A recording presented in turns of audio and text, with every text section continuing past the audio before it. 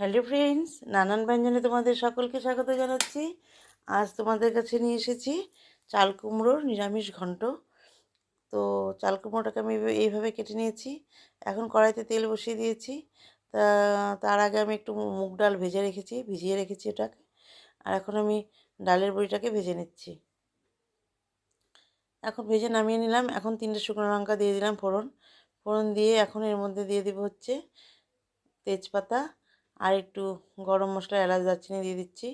দিয়ে নিয়ে এখন এর মধ্যে দিয়ে দেবো হচ্ছে আদা ফোড়ন।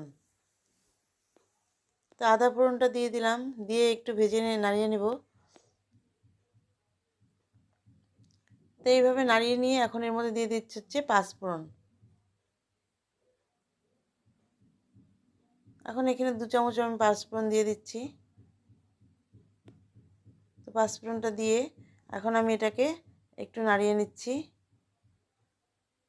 তো এইভাবে নাড়িয়ে নিয়ে এখন এর মধ্যে আমি চাল কুমড়োটাকে দিয়ে দিচ্ছি। চাল কুমড়োটাকে দিয়ে এখন আমি এটাকে একটু মশলার সাথে মিশিয়ে নিচ্ছি।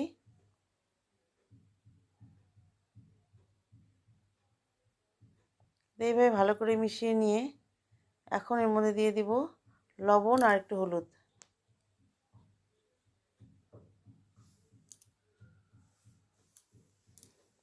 এখন এর মধ্যে লবণ আর হলুদটা দিয়ে দিচ্ছি।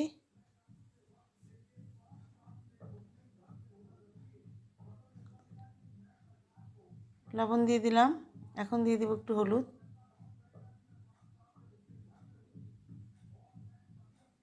লবণটা দিয়ে ভালো করে মিশিয়ে নিচ্ছি।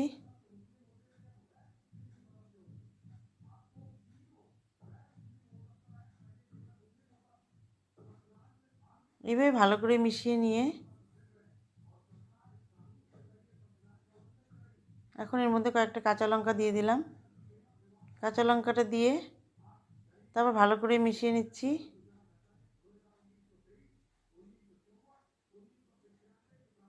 এইভাবে ভালো করে মিশিয়ে নিয়ে এখন এটাকে একটু ঢেকে দিচ্ছি।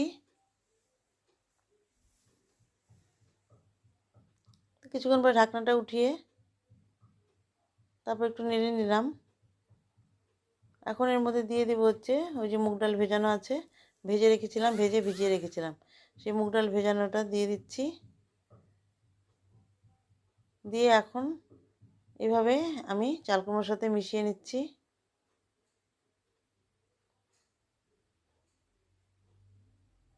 তো এইভাবে ভালো করে মিশিয়ে নিয়ে এখন না এর মধ্যে একটুখানি জল দিয়ে দেবো, নাহলে মুগ ডালটা সিদ্ধ হবে না। তো আমার গরম জল করা আছে, তো আমি এর মধ্যে একটুখানি গরম জল দিয়ে দেবো।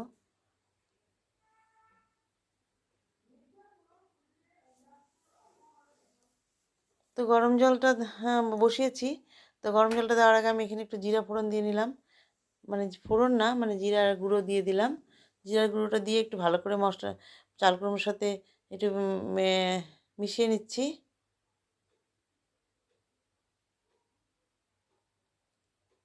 তো এইভাবে ভালো করে মিশিয়ে নিয়ে এখন আমি এর মধ্যে একটু গরম জলটা দিয়ে দিলাম। তো বেশি দিনই অল্পই দিয়েছি। দিয়ে এখন এটাকে একটু নেড়ে নেব, আর এর মধ্যে ডালের বড়িগুলোকেও দিয়ে দিয়েছি। দিয়ে নিয়ে এখন ভালো করে একটু মিশিয়ে দিচ্ছি। মিশিয়ে দিয়ে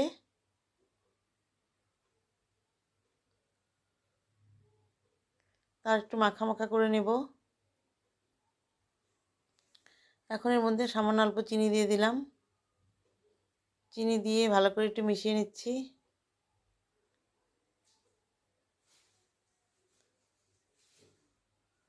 এইভাবে ভালো করে মিশিয়ে নিলাম।